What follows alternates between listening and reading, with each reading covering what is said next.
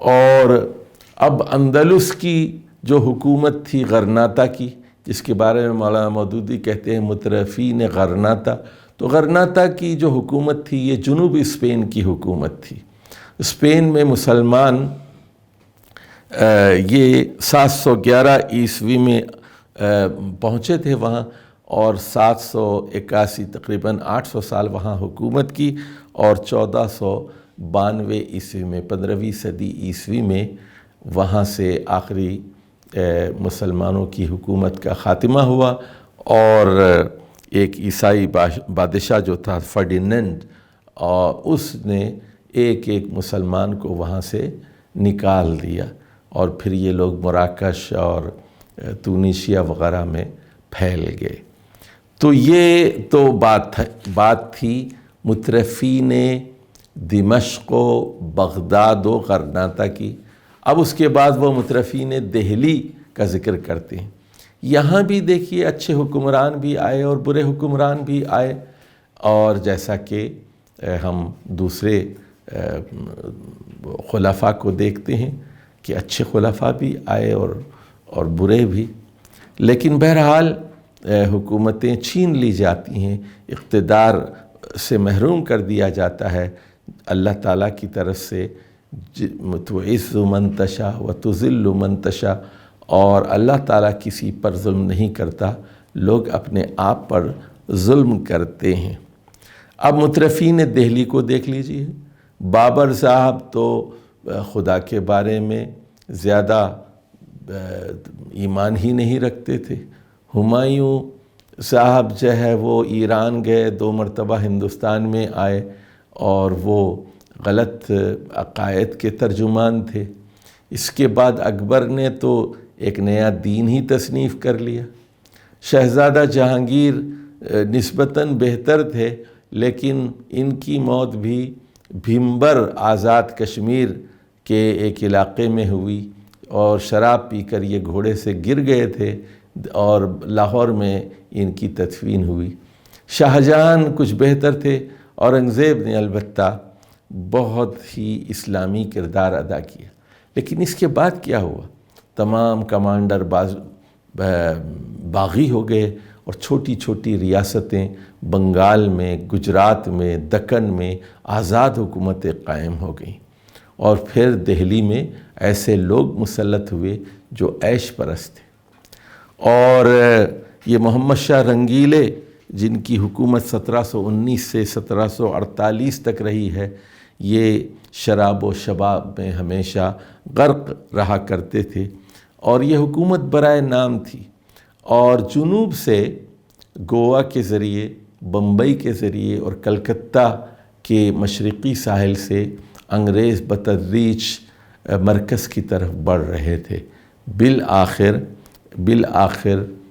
1857 میں باضابطہ انگریزوں کی حکومت کا قیام عمل میں آیا، اور مغلیہ سلطنت کا خاتمہ ہو گیا۔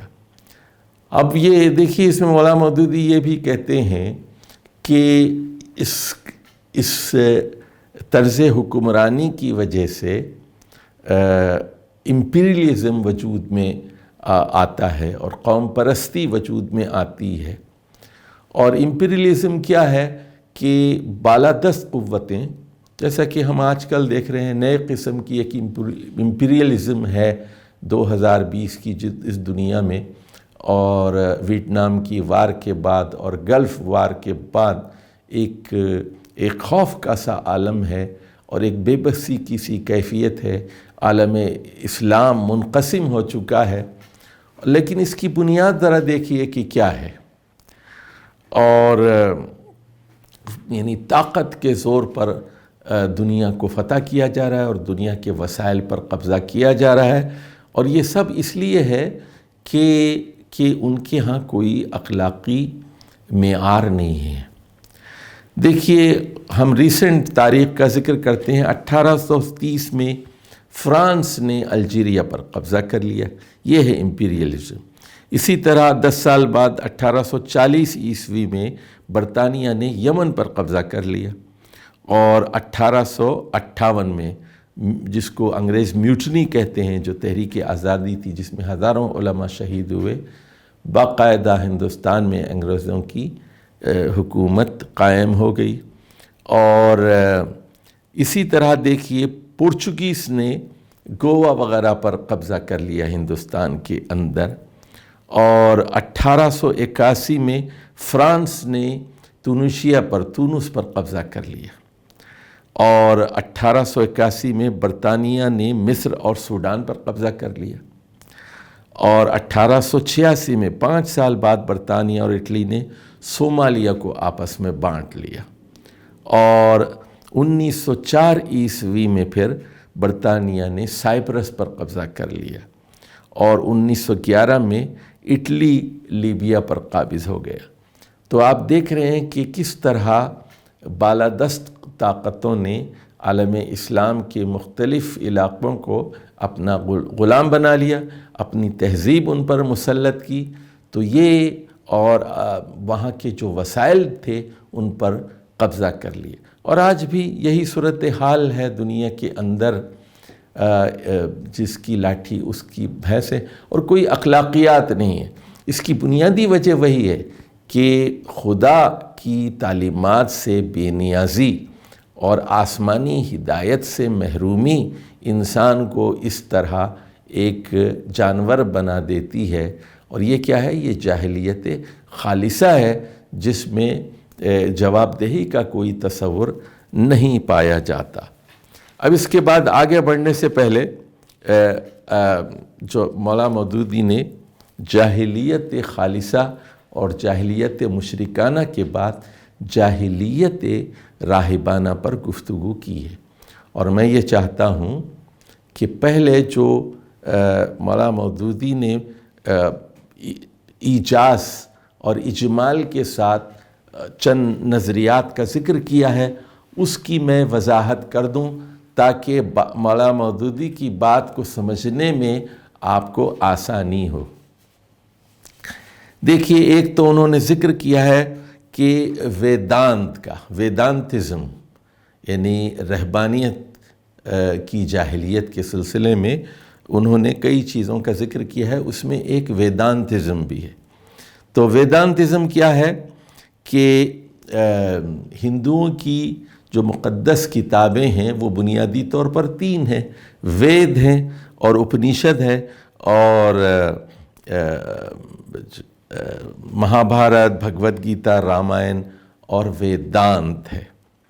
تو وید کے بارے میں یہ کہا جاتا ہے کہ یہ 1500 قبل مسیح میں مرتب ہوئی ہے، اور حضرت موسیٰ کا زمانہ 1300 قبل مسیح ہے، تو اس کا مطلب یہ ہے کہ ویدوں کا وجود حضرت موسیٰ سے تقریباً 200 سال پہلے موجود تھا۔ اور وید 4 ہیں، رگ وید اور اتھر وید اور سام وید اور یجر وید، اور یہ حمدیہ بھجن ہیں ان کے اندر، ویدوں کے اندر۔ اپنیشد کے بارے میں یہ کہتے ہیں کہ یہ ویدوں کے بعد تقریباً 700 سال بعد 800 قبل مسیح میں یہ لکھے گئے ہیں، اور تیسری جو بڑی ان کی کتاب ہے مہابھارت، اور یہ رام کالی داس اور ہیم چند اور والمیکی کی تصانیف ہیں۔ اس میں رام اور راون کی لڑائیوں کا ذکر ہے، اور بھگوت گیتا مہابھارت ہی کا ایک حصہ ہے، اور اس کے مصنف سری کرشن مہاراج ہیں، اور اس میں وہ نصیحتیں بیان کی ہیں جو کرشن نے ارجن سے کی ہیں۔ اور رامائن یہ ویاس جی کی ہے، اور اس کا زمانہ 600 قبل مسیح ہے۔ اچھا، اب وید جو لکھے گئے تھے 1500 قبل مسیح میں، اس کی تشریح اور اس کا خلاصہ بہت سارے لوگوں نے کہا ہے۔ اس کے خلاصہ کو ویدانت کہتے ہیں، اس کو برہم سوتر بھی کہتے ہیں، اور اس کے مصنف بادرائن ہے، اور ان کا زمانہ کہا جاتا ہے کہ 300-400 قبل مسیح ہے۔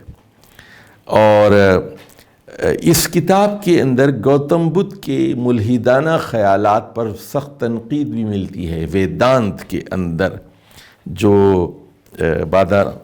رائن کی کتاب ہے، اور اسی میں وحدت الوجود کا تصور پیش کیا گیا ہے، جسے ادویت واد کہتے ہیں، اور اس میں بدھ مت اور جین مت پر سخت تنقید بھی ہمیں ملتی ہے، اور ان کے تقریباً 1000 سال بعد یا 1100 سال بعد ویدانت کی تشریح کی ایک بہت بڑے ہندو عالم نے، جن کا نام شنکر اچاریہ تھا۔ یہ 830 عیسوی میں ان کا انتقال ہوا ہے، شنکر اچاریہ کا، یعنی نبی اکرم صلی اللہ علیہ وسلم کے 200 سال بعد، اور ان کے بارے میں یہ بات کہی جاتی ہے کہ ہندوستان کا کوئی راجہ ہندوستان سے بدھ مت کا خاتمہ نہیں کر سکا، لیکن شنکراچاریہ نے وہ کام کیا جو بادشاہ بھی نہیں کر سکتے، اور انہوں نے ہندوستان سے بدھ مت کو پوری طرح خارج کر دیا، اور بدھ مت پھر برما اور دوسرے چین اور دوسرے علاقوں میں پہنچ گیا، سری لنکا وغیرہ میں، لیکن ہندوستان میں بدھ مت کا خاتمہ ہو گیا۔ تو یہ شنکراچاریہ، انہوں نے پھر اسی وحدت الوجود اور برہما کی عبادت کا تصور پیش کیا، اور بھی شارح ہوئے ہیں۔ ایک رامانج بھی گزرے ہیں 1137 ہجری میں، شنکراچاریہ کے 300 سال بعد۔ یہ بھی ویدانت کے مصنف ہیں، یعنی ویدوں کی یہ تشریح کرتے ہیں اور اس کا خلاصہ پیش کرتے ہیں۔